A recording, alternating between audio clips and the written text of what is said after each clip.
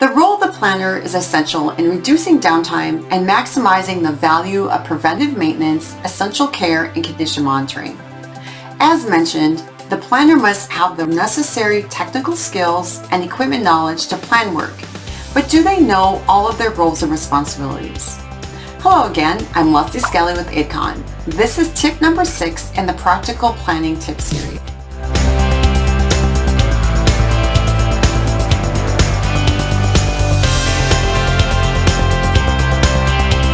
For planners to be successful and to communicate the important role of the planner within your organization, develop a work management business process that includes planning and the roles and responsibilities of the planner.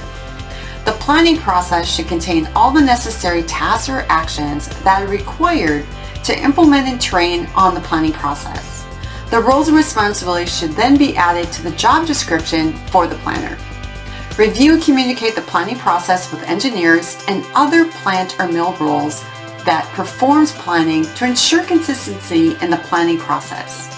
Planning processes can be audited by the planner's supervision to identify areas of opportunities or gaps in the overall process. Visit IDCON.com under the Resource tab to download a small sample from our planning and scheduling workflow. Please like the video, add your comments, or share the video.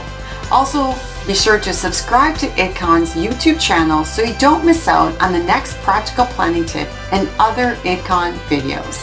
Thanks again for listening.